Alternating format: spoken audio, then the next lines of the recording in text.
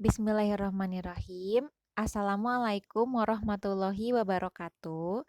Apa kabar adik-adik semua kelas 7E SMPN 1 Sukaraja, Sukabumi? Mudah-mudahan semuanya dalam keadaan baik ya.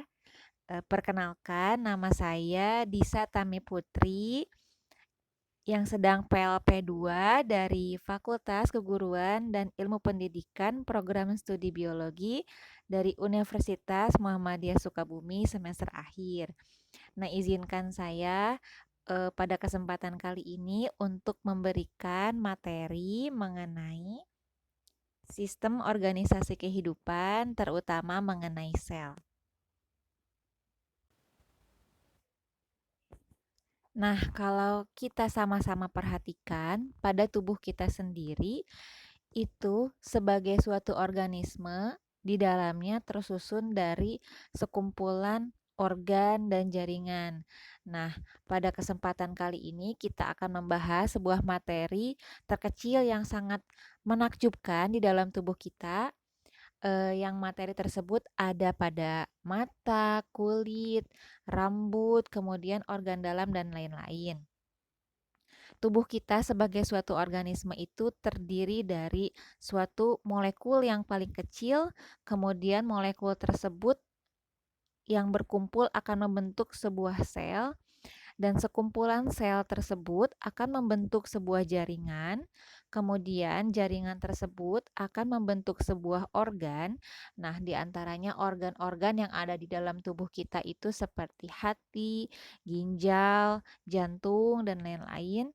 Kemudian sekumpulan organ-organ yang mempunyai fungsi yang sama akan membentuk sistem organ. Sistem organ itu diantaranya sistem organ pernafasan, sistem organ pencernaan, sistem organ peredaran darah, dan lain-lain. Nah, sekumpulan sistem organ itulah yang akan membentuk suatu organisme, contohnya adalah kita sebagai manusia. Sekumpulan organisme nantinya akan tumbuh di tingkatan yang lebih tinggi. Nah, seperti itu. Apa sih sel itu? Sel adalah satuan unit terkecil makhluk hidup ya, yang di dalamnya terdapat penyusun sel atau organel sel. Tapi organel sel tersebut tidak disebut sebagai unit terkecil kehidupan sebab organel itu tidak mampu hidup mandiri. Makhluk hidup bersel satu dapat hidup mandiri dan dapat mencukupi kebutuhan hidupnya sendiri seperti energi, mineral, dan sebagainya. Nah, sel ini pertama kali diobservasi dan diidentifikasi atau ditemukan oleh seorang fisikawan Inggris yang bernama Robert Hooke pada tahun 1665. Nah, kemudian dua ilmuwan dari Jerman yaitu Seswan dan Sladen mengemukakan prinsip dasar baru sel pada tahun 1893. Teori mengenai sel terdiri dari 3 prinsip berikut. Jadi, menurut mereka, semua makhluk hidup tersusun dari satu sel atau lebih. Kemudian, sel adalah unit dasar dari struktur dan fungsi pada makhluk hidup, dan sel-sel lainnya berasal dari proses penggandaan atau replikasi sel yang telah ada sebelumnya.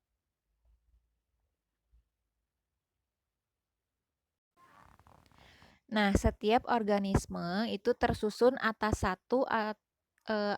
salah satu dari dua jenis sel secara struktural yang berbeda. Jadi sel itu dibedakan jadi sel prokariotik dan eukariotik. Pada sistem 5 kingdom, hanya Monera saja atau bakteri dan ganggang yang memiliki sel prokariotik, sedangkan sel eukariotik itu ada pada protista, jamur, tumbuhan, dan hewan yang semuanya terdiri atas sel eukariotik. Nah, perbedaannya, sel prokariotik ini memiliki nukleus atau inti sel, tetapi inti sel tersebut tidak diselubungi membran inti. Sedangkan sel eukariotik ini merupakan sel sejati yang merupakan sel yang memiliki inti sel dan inti sel tersebut dibungkus oleh membran inti. Di antara dari sel eukariotik itu adalah sel hewan dan sel tumbuhan yang akan kita bahas sekarang ya. Nah, selanjutnya ada bagian-bagian sel. Jadi sel itu memiliki beberapa bagian, di antaranya ada inti sel, yaitu pusat aktivitas sel yang memiliki materi genetik DNA dan protein untuk produksi sel.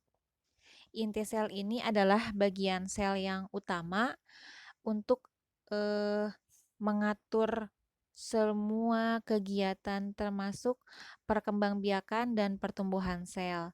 Nah, di dalam inti sel ini terdapat kromosom yang hanya tampak ketika selnya sedang membelah atau disebut juga nukleus ya, inti sel. Kemudian ada sitoplasma, yaitu berupa cairan sel tempat mengapungnya organel-organel sel. Cairannya selnya itu kental, mengisi ruangan antara membran sel dan inti sel. Nah, sitoplasma ini juga disebut plasma sel. Di dalam sitoplasma terdapat struktur halus yang disebut organel-organel sel tadi yang mengapung. Kemudian di antaranya itu organel selnya itu mitokondria, sentrosom, kemudian plastida dan yang lain-lainnya. Secara umum, sitoplasma ini merupakan tempat berlangsungnya kegiatan sel juga.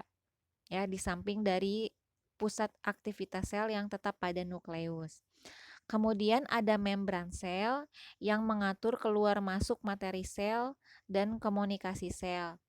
Membran sel ini merupakan selaput sel yang berfungsi juga sebagai pelindung sel yang tadinya mengatur masuk keluarnya zat yang diperlukan dan mengeluarkan zat-zat yang tidak diperlukan lagi oleh sel. Nah, ini adalah bagian-bagian organel-organel dari sel hewan, diantaranya ada membran inti, kromatin, nukleus, inti sel, nukleoplasma, membran plasma, badan Golgi, vakuola, lisosom, kemudian sitosol atau protoplasma, ada periksiosom, sentrosom, mitokondria, ada sitoskeleton, ribosom, ada retikulum endoplasma kasar dan retikulum endoplasma halus. Itu diantara dari organel-organel sel hewan. Selanjutnya ada organel-organel sel tumbuhan, diantaranya membran inti, kromatin, nukleolus, inti sel, nukleoplasma, retikulum endoplasma halus, retikulum endoplasma kasar, kloroplas, plastida, kemudian ada dinding sel. Nah, ini yang membedakan ya. Kalau tadi di sel hewan itu tidak ada dinding sel. Salah satu pembedanya di sel tumbuhan itu ada dinding sel. Kemudian ada selulosa, ada sitoskeleton, ada plasmodesmata, kemudian ada membran plasma, ada sitosol, ada peroksisom, ada mitokondria, ada lamela tengah, ada vakuola tengah, badan Golgi, ada ribosom, kemudian ada vakuola atau vesikel. Nah, sebelum kepada bentuk sel, kita sebutkan dulu apa sih perbedaan dari sel hewan dan sel tumbuhan. Nah, di antara dari perbedaan sel hewan dan sel tumbuhan itu, yang pertama, sel hewan itu tidak memiliki dinding sel, tetapi sel tumbuhan itu memiliki dinding sel. Kemudian, sel hewan tidak memiliki plastida, sedangkan sel tumbuhan umumnya memiliki plastida, terutama kloroplas. Selanjutnya, sel hewan tidak memiliki rongga sel atau vakuola, sedangkan sel tumbuhan memiliki rongga sel atau vakuola yang lebar. Kemudian, sel hewan itu memiliki sentriol dan sel tumbuhan tidak memiliki sentriol. Yang terakhir, sel hewan memiliki lisosom dan sel tumbuhan itu tidak memiliki lisosom. Selanjutnya ada berbagai macam bentuk sel. Nah, untuk bentuk dan ukuran sel itu eh, memiliki beraneka ragam jenis dan bentuknya ya. Jadi bentuk sel itu ada yang bentuknya bulat atau kokus, kemudian ada yang bulat panjang, pipih ya atau basil. Kemudian juga ada yang bentuk segi 5 memanjang, segi 6, persegi banyak, dan ada juga yang memiliki flagel atau berbulu. Nah, di sini ada beberapa contoh bentuk-bentuk dari sel. Sel itu memiliki bentuk yang bermacam-macam dan ukurannya itu sangat kecil atau disebut juga mikroskopik, dan skala pengukurannya itu menggunakan atau mikrometer gitu ya. Nah, tapi ada juga sel yang berukuran makroskopis atau besar seperti misalnya telur burung unta atau sel saraf jerapah yang memiliki panjangnya itu lebih dari 1 meter gitu. Nah, jadi setelah kita membahas materi mengenai sel ini, kita renungkan bersama bahwa sel yang ukurannya kecil ini ternyata terdiri dari organel-organel yang lebih kecil lagi di dalamnya, yang satu sama lain saling membutuhkan, ya. Jadi walaupun kecil bentuknya, mikroskopis dan tidak terlihat oleh mata, harus menggunakan mikroskop, tapi tidak ada yang dapat menghidupkan sel kecil tersebut kecuali oleh Allah Subhanahu wa Ta'ala yang memberi kita kehidupan.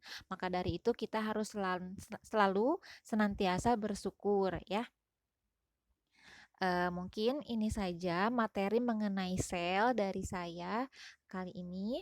Mudah-mudahan dapat dimengerti, mudah-mudahan bermanfaat. Terima kasih telah menyimak. Wassalamualaikum warahmatullahi wabarakatuh. Selamat belajar.